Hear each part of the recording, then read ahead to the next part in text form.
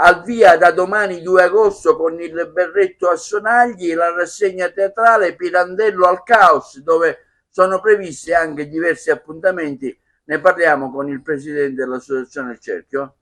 Sì, siamo qui in mezzo anche a tanti viaggiatori che stamattina abbiamo trovato a Piazzale Caos, a 2 passi dalla casa di Natale di Luigi Pirandello, che sono ben felici di avere soggiornato qui la notte in quanto hanno il possesso del camper, però vogliono essere ora guidati.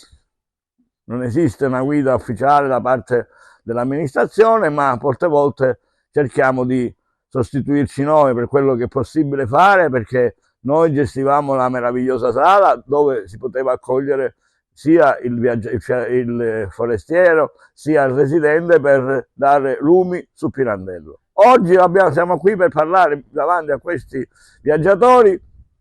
della rassegna che inizia domani sera alle 21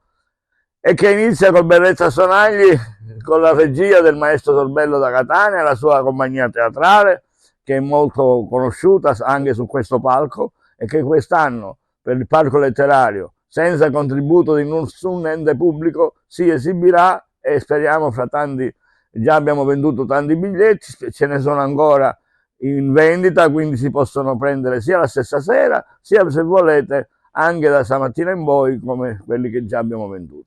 Sono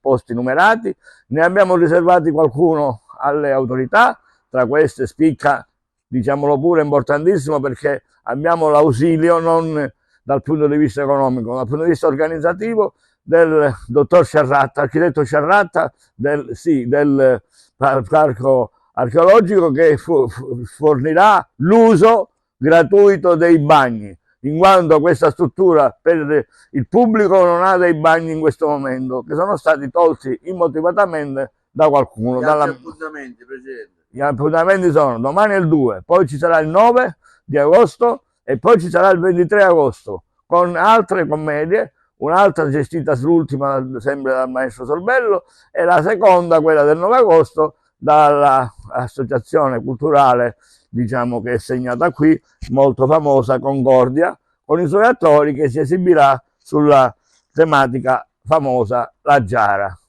che è uno dei momenti più magistrali, anche se molte volte è ritenuto elementare. Non è assolutamente elementare. A Giara è uno dei momenti fondamentali del pensiero pirandelliano. Quindi il 23 agosto altro appuntamento per concludere? Sì, il 23 agosto abbiamo invece con il maestro Sorbello abbiamo il treno a Fischiato, riscritto e riadattato dallo stesso Sorbello, che è un